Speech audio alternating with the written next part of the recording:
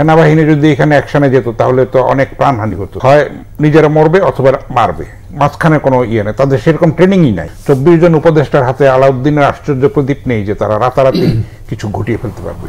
শিক্ষা প্রতিষ্ঠানগুলোতে যে অস্থিরতা, এই বাস্তবতায় দাঁড়িয়ে দুই প্রভাবশালী উপদেষ্টা বলছেন, একজন বলছেন আর এ ধরনের ঘটনা বরদাস্ত করা হবে না, একজন বলছেন তথ্য উপদেষ্টা যিনি তিনি বলছেন যে এই যে পুলিশের দুর্বলতা ছিল, আপনি কি দেখেন শুধুই কি পুলিশের মানে দুর্বলতা নাকি আরো কোথাও দুর্বলতার কারণেই এই ধরনের অস্থিরতা?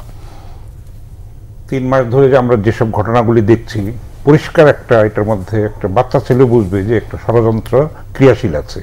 এই সরকারকে অস্থিতিশীল করার জন্য, আমাদের সর্বপ্লাবী যে ছাত্রগণ অভ্যুত্থান সেটার অর্জনকে ম্লান করে দেওয়ার জন্য, নস্যাৎ করে দেওয়ার জন্য ষড়যন্ত্র ক্রিয়াশীল আছে নানান সেক্টরে।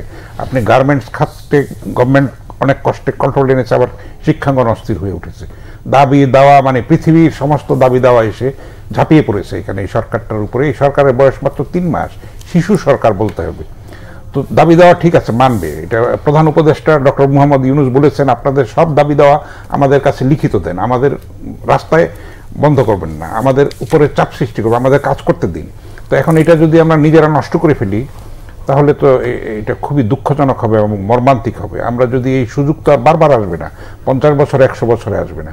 এখন যদি উপযুক্ত সংস্কারটার একটা ভিত্তি অন্তত আমরা না করতে পারি, তাহলে একটা সুষ্ঠু নির্বাচনের মাধ্যমে যদি একটা প্রিমেচুর নির্বাচন আমরা দিই, তাহলে কিন্তু সেই ঈপ্সিত ফলটা আমরা পাবো না। আগের মতোই অবস্থাটা হবে, তখন হয়তো অনেকে বলবে যে আগেই আমরা ভালো ছিলাম। এটা তো কোনোভাবেই হতে পারে না। আমাদের প্রত্যেকটা নাগরিকের দায়িত্ব আছে বলে আমি মনে করি। 18 কোটি মানুষের 24 জন উপদেষ্টার হাতে আলাউদ্দিনের আশ্চর্য প্রদীপ নেই যে তারা রাতারাতি কিছু ঘটিয়ে ফেলতে পারবে, এটা সম্ভব না। শিক্ষার্থীদের আজকে এই পুরো সংঘর্ষের ঘটনাটা পুরোটা সময় জুড়ে পুলিশের একটা নীরব ভূমিকা, এটা নিয়ে একটু আলোচনা সমালোচনা আছে, এই জায়গাটিকে আপনি কিভাবে দেখতে চান? তো দুর্বলতা আছে এবং এটাও সত্য যে মানুষ এখন পুলিশকে ভয় পায় না, বেপরোয়া হয়ে গেছে। ব্যাটারি চালিত রিক্সাওয়ালারা যেরকম করেছে, সেনাবাহিনী যদি এখানে অ্যাকশনে যেত তাহলে তো অনেক প্রাণহানি হতো, কারণ সেনাবাহিনী হয় নিজেরা মরবে অথবা মারবে, মাঝখানে কোনো ইয়ে নেই, তাদের সেরকম ট্রেনিংই নাই। ফলে তারা অনেক সংযমের পরিচয় দিয়েছে। এই ক্রান্তিকালে আমরা দেখেছি দেশকে রক্তপাতের হাত থেকে তারা রক্ষা করেছে, সেটা এরশাদের আমলে আমরা দেখেছি, এবারও আমরা দেখেছি। এইটার মধ্যে যে পুলিশের যে দুর্বলতা বলা হচ্ছে, যে পুলিশের মধ্যে তো আপনি জানেন যে রাজনৈতিক নিয়োগ হয়েছিল, স্তরে স্তরে হয়েছিল, ফলে সেটার কুফল আমরা এখন পাচ্ছি। যে বিষ বৃক্ষ পতিত স্বৈরাচারী সরকার করে গিয়েছিল, রোপণ করে গিয়েছিল, সেটার ফলটা আমরা এখন, কুফলটা আমরা দেখতে পাচ্ছি স্তরে স্তরে।